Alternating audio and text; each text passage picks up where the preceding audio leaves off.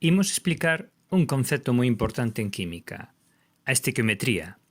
Se sabes facer unha tortilla, pois poderás comprender moito mellor a estequiometría.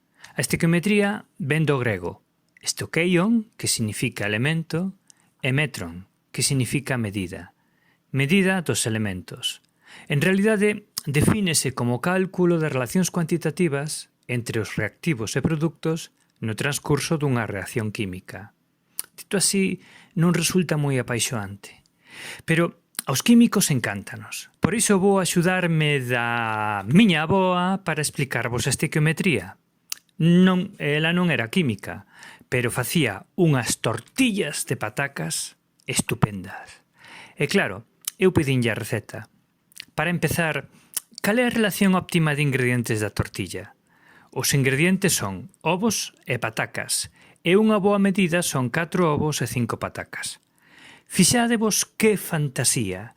Se queremos preparar 2 tortillas, pois necesitamos 8 ovos e 10 patacas. A ver se o comprendemos ata aquí.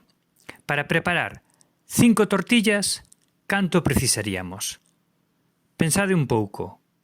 Pois sí, 20 ovos e 25 patacas. Estupendo.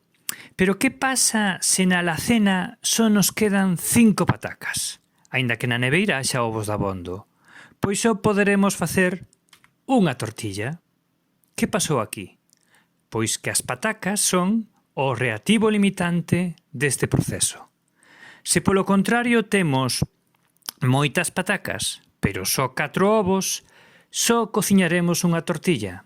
Neste caso, o reactivo limitante son os ovos. Xa estamos a ver as nocións básicas de estequiometría.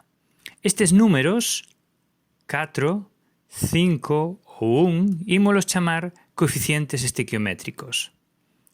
Ben, apliquemos estas ideas a unha reacción química. Por exemplo, temos esta na que o metano, CH4, reacciona con oxíxeno para dar dióxido de carbono e auga. Trátase dun exemplo clásico de reacción de combustión. Nesta reacción, unha molécula de metano reacciona con 2 de oxíxeno, xerando unha de CO2 e 2 de auga. Estes números son os coeficientes estequiométricos. Cando ese coeficiente é 1, omítese para simplificar. Neste tipo de reaccións de combustión, o máis habitual é que haxa exceso de oxíxeno e o metano sexa o reactivo limitante. Realmente, nos cálculos estequiométricos non só queremos saber o número de átomos ou moléculas implicadas, senón tamén a masa de cada unha delas e como se conserva a masa nunha reacción química. A suma da masa de produtos debe ser igual a de reactivos. Para expresar as masas de átomos e moléculas, utilizamos a chamada unidade de masa atómica, definida como a 12ª parte da masa dun átomo de carbono 12. Pouca xente sabe que na introdución desta escala de masas atómicas foi fundamental o químico Tomás Batuecas, profesor da Universidade de Santiago e presidente da Comisión de Pesos e Medidas da IUPAC, que estableceu o valor de referencia da unidade de masa atómica. Segundo esta escala, un átomo de hidróxeno ten unha masa atómica de 1,00794 unidades de masa atómica. 2 átomos de hidróxeno, o dobre, claro. Un átomo de carbono, debido á media ponderada de todos os seus isótopos, ten 12,0107 unidades de masa atómica. E un átomo de oxíxeno, 15,9994 unidades de masa atómica. E poderíamos continuar así con toda a táboa periódica. Pero volvamos á reacción de combustión do metano. Este contén un carbono e 4 hidróxenos, polo que, quitando decimais, a masa desta molécula serían unhas 16 unidades de masa atómica. A molécula de oxíxeno, que contén 2 átomos, tería unhas 32 unidades de masa atómica, pero como temos 2 moléculas de oxíxeno, sumarían 64. A molécula de dióxido de carbono serían 44 unidades de masa atómica, e a de auga 18, Como temos dúas augas, estas suman 36 unidades de masa atómica. Ao final, se sumamos os reactivos, teríamos unhas 80 unidades de masa atómica, a igual que nos produtos, polo que comprobamos que se cumpre a lei de conservación da masa ou lei de conservación da materia.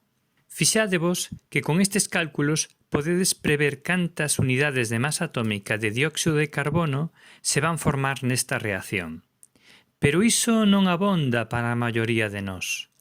Só uns poucos traballan con números discretos de átomos ou moléculas. Sí, para os particuleiros, as unidades de masa atómica son inmensas, pero para o resto dos mortais, que vivimos no mundo macroscópico, non abonda. Preferimos gramos, por exemplo, e para iso temos que multiplicar as unidades de masa atómica polo número de Avogadro, que ten un valor de 6,022 por 10 elevado a 23. Lembrade que un átomo de hidróxeno, cuxa masa eran 1,00794 unidades de masa atómica, se xuntamos 6,022 por 10 elevado a 23 átomos de hidróxeno, teremos aproximadamente 1 gramo de masa. Se xuntamos 6,022 por 10 elevado a 23 átomos de carbono, teremos pouco máis de 12 gramos, e así poderíamos seguir co resto de elementos, pois estamos introducindo outro concepto moi importante en química. Trátase do mol. Con el pasamos dos átomos ou moléculas discretas a unha cantidade suficientemente grande como para medilas coas ferramentas que temos no mundo real, como son as balanzas. Pensade que o número de Avogadro é un número moi grande. Por exemplo, para canto darían un mol de tortilla de patacas? Pois se as dividimos entre os habitantes que hai no mundo, uns 8.000 millóns de persoas, para cada día do ano durante 1.000 millóns de anos, poderíamos comer cada un de nós 206 tortillas durante todo ese tempo. Miña avoa tolearía. Rematemos coa reacción de combustión que estábamos usando como modelo. Polo aprendido, podemos considerar que un mol de metano reacciona con 2 moles de oxígeno para dar un mol de dióxido de carbono e 2 moles de auga. En cantidades serían 16 gramos de metano, 2 moles de dioxígeno serían 64 gramos, un mol de dióxido de carbono, 44 gramos, e 2 moles de auga, 36 gramos. Mesmo número de gramos en reactivos que en produtos. No caso de ter un exceso de oxígeno, da igual, a estequiometría márcanos que o metano sería o reactivo limitante, e os cálculos teóricos indican que obteríamos 44 gramos de dióxido de carbono. Se temos de partida medio mol de metano, só obteríamos medio mol de dióxido de carbono, ou sexa, como máximo, 22 gramos. Como máximo, pois esta é a cantidade máxima teórica, o chamado rendemento teórico. Na realidade, en moitas reaccións químicas, obtemos menos produto do previsto por distintas razóns experimentais. Imaginade que, por exemplo, só obtemos 20 gramos deste produto de dióxido de carbono, pois teríamos que calcular o rendemento da reacción. Porcentualmente sería o rendemento real entre o teórico multiplicado por 100.